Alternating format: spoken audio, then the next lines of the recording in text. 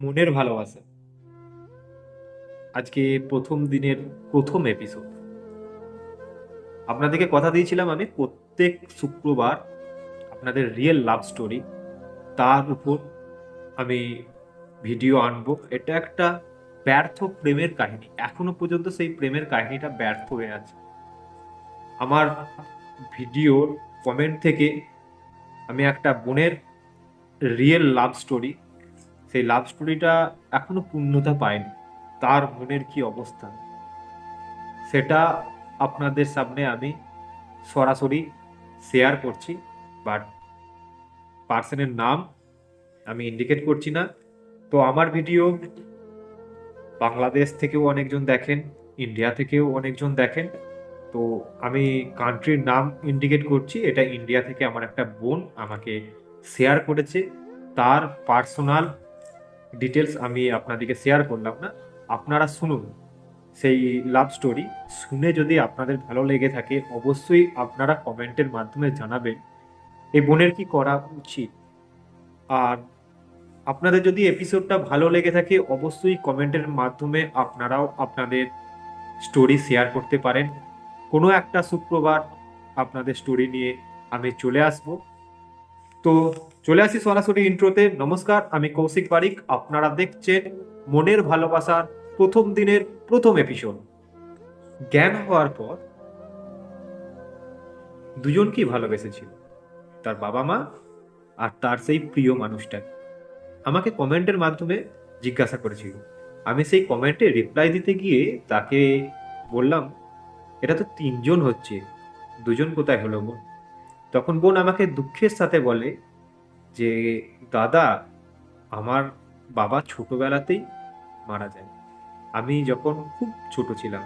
তারপর থেকে আমার মাই আমার বাবা, মাই আমার মা। সেই ছোট্টবেলা থেকে আমাকে যত্ন করে অনেক আদর করে মানুষ করেছিল। তারপর ক্রমাগত আমি বড় হই, কলেজে উঠি।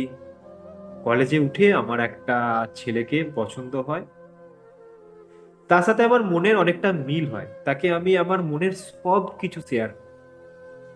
মনের সাথে সাথে তাকে আমি রিলেশনে থাকার জন্য আমার যতটুকু সম্ভব আমি আমার শেয়ার করেছিলাম।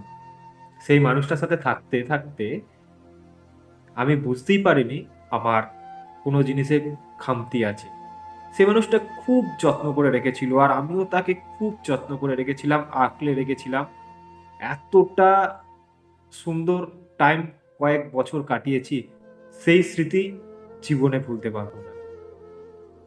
সেই ফিলিংস আমি কোনো দিন ভুলতে পারবো না।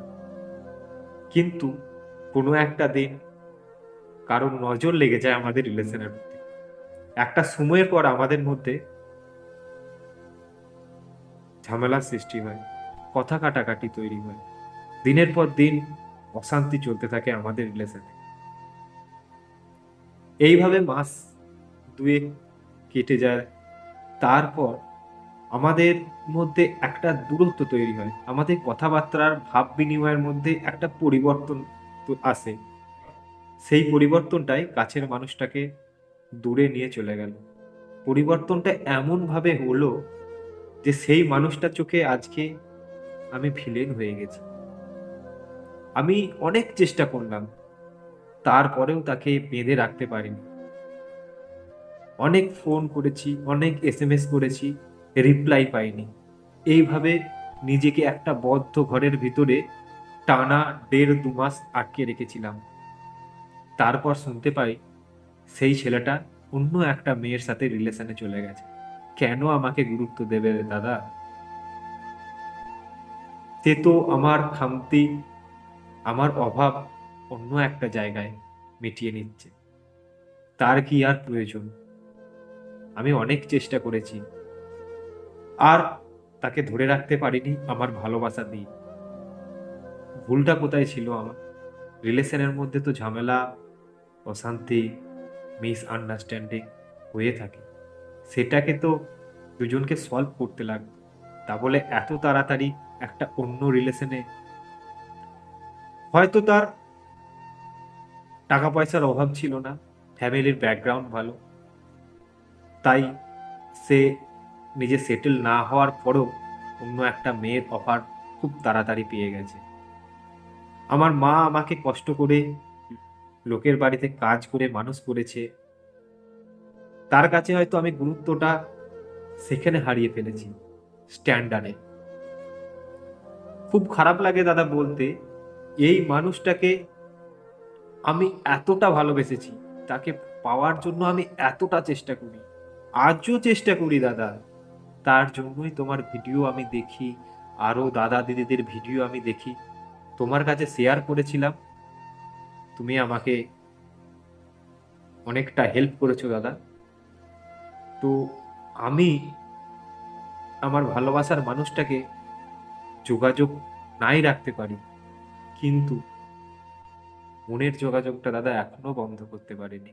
সে অন্য মেয়ের কাছে গেলেও তাকে আমি ভুলতে পারিনি দাদা। আপনাদেরকে আমি শোনালাম এতক্ষণ আমার ইন্ডিয়া থেকে কমেন্টের মাধ্যমে আমাকে জানিয়েছিল একটা বোন, সেই বোনের রিয়েল লাভ স্টোরির ঘটনা আপনাদেরকে জানালাম। প্লিজ আপনারা কমেন্টের মাধ্যমে জানান যে এই বোনের কি উচিত, তার সেই প্রিয় মানুষটার জন্য অপেক্ষা করা না মুভ অন করা।